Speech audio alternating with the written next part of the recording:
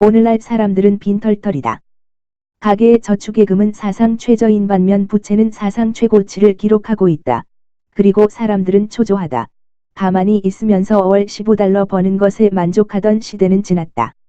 대부분 사람은 신용카드로 창업 투자를 하고 단기간 내에 투자한 만큼 벌어들이려고 한다.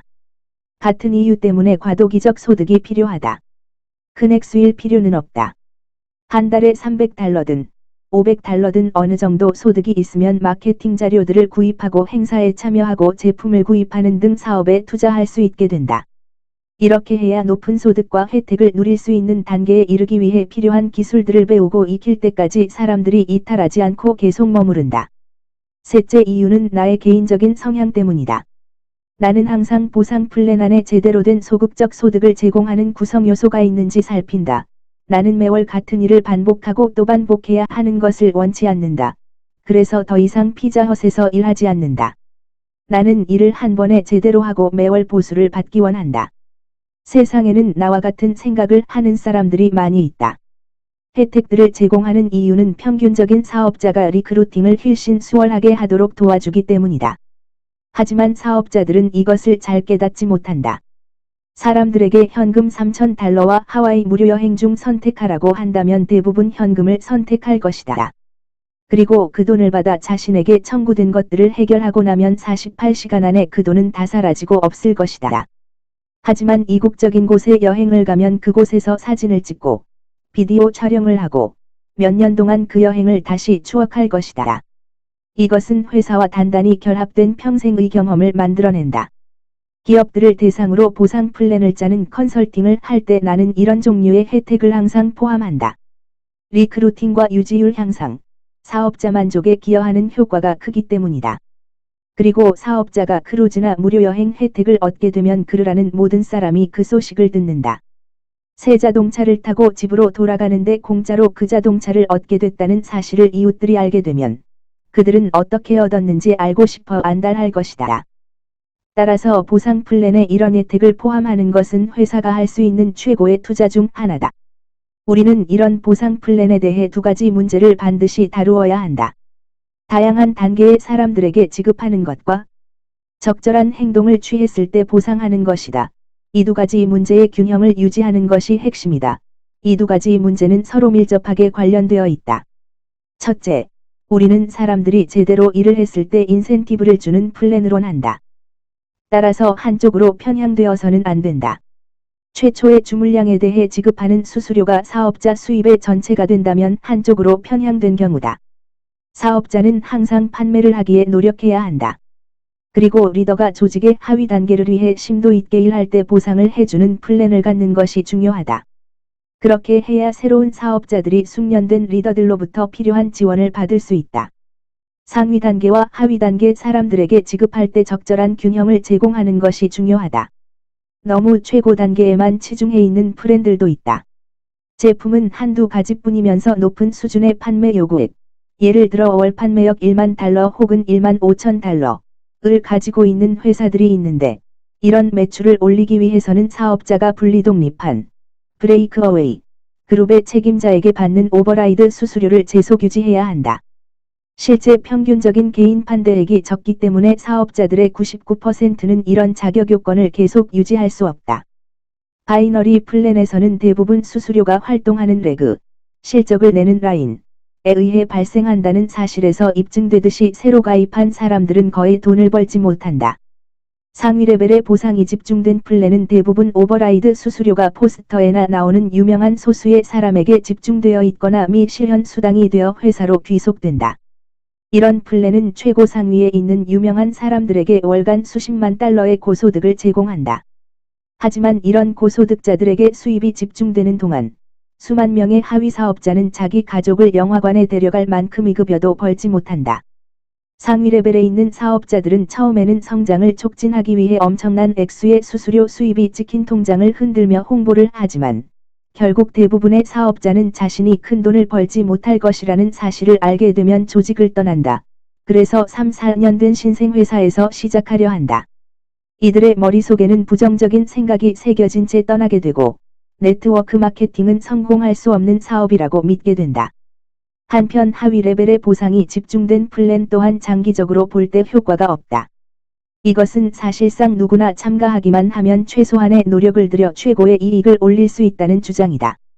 신규 가입자에게 보상을 크게 하는 것인데 이렇게 함으로써 다른 회사들의 사업자들이 새로운 회사로 갈아탈 것을 기대하는 플랜이다. 이런 플랜은 처음에는 사람들의 흥미를 끌지만 장기적으로 상위 단계의 리더들은 자기 단계에서 받을 만한 수익을 얻지 못하고 벌어들이는 돈이 한정적인 수준에 머문다. 하위 단계의 사람들에게 초과 지급을 하면 그 돈은 상위 단계 사람들의 주머니에서 나온다. 그러면 상위 단계 사람들은 다른 플랜들을 살펴보고 같은 판매액과 같은 조직을 가지고 다른 회사에서는 훨씬 더 많은 돈을 벌 수 있다는 사실을 깨닫는다.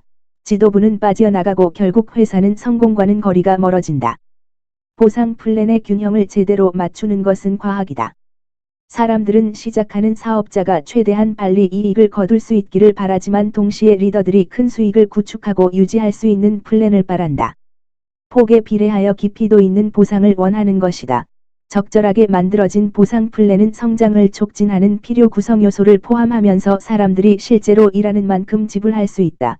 마지막으로 한 가지 더 덧붙이자면 나는 사람들이 실증 낼까봐 걱정이 된다. 사람들은 최소한 월 3만 달러 혹은 4만 달러를 벌지 못하면 거의 실패한 것으로 간주한다. 하지만 오늘날 파산하는 사람들의 80% 또는 90%는 단돈 300달러나 400달러의 월 수입만 있어도 파산을 피할 수 있다는 것 또한 사실이다.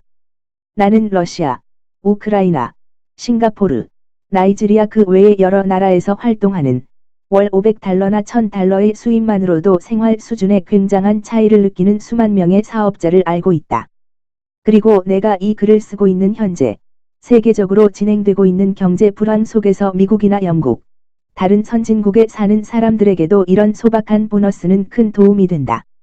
오늘날의 경제적 어려움 속에서 네트워크 마케팅은 수많은 사람에게 재정 보증의 생명선을 제공한다. 대부분의 회사는 매출액의 35%에서 50% 정도를 보상 플랜에 지출한다.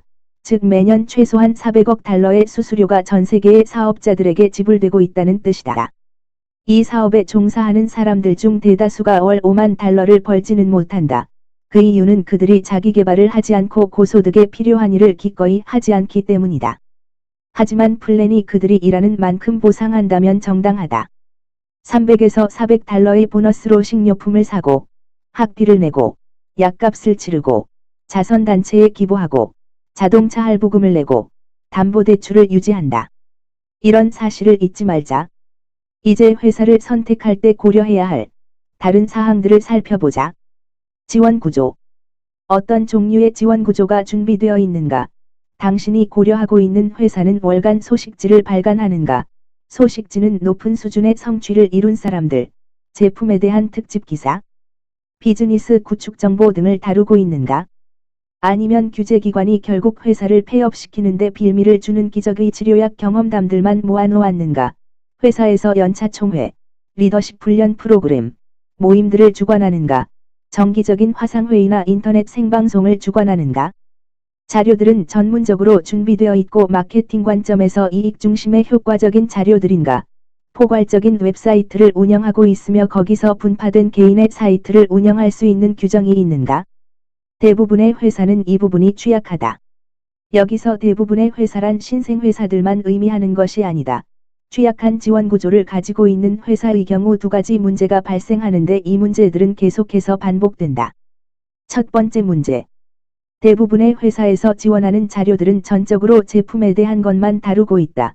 사업 기회에 대한 것은 전혀 언급하지 않거나 나중에 덧붙여서 언급할 뿐이다. 대부분 네트워크 마케팅 회사의 관리자들이 이 사업의 진정한 특성을 이해하지 못하기 때문에 이런 문제는 어디서나 볼 수 있다. 그들은 복제라는 개념을 이해하지 못하고 아직까지 이런 사실을 인정하는 사람을 만나지는 못했지만 그저 판매업이라고 생각한다. 그 결과 그들은 계속해서 예쁘게 꾸민 제품 안내 책자, 비디오 테이프, 오디오 테이프를 만들고 이 제품들은 스스로 광고를 한다는 따위의 진보한 문구를 사용하라고 사업자들에게 권고한다. 어떻게 사업이 굴러갈지, 어떻게 돈을 벌지, 어떤 사업인지에 대해 프로스펙트에게 할 얘기가 없다. 누군가 당신에게 자신들의 제품은 스스로 광고를 한다고 말하면 이렇게 대답하라. 톡톡TV를 보시고 아직 구독자가 아니시라면 구독과 좋아요를 눌러주세요. 다음 방송은 더 좋은 내용으로 찾아뵙겠습니다. 궁금하고 모두의 발전을 위해 꼭 다루었으면 하는 내용이 있으면 댓글이나 연락 주시면 최선을 다해 올려드리도록 노력하겠습니다. 건승하시길 바라며 안녕히 계세요.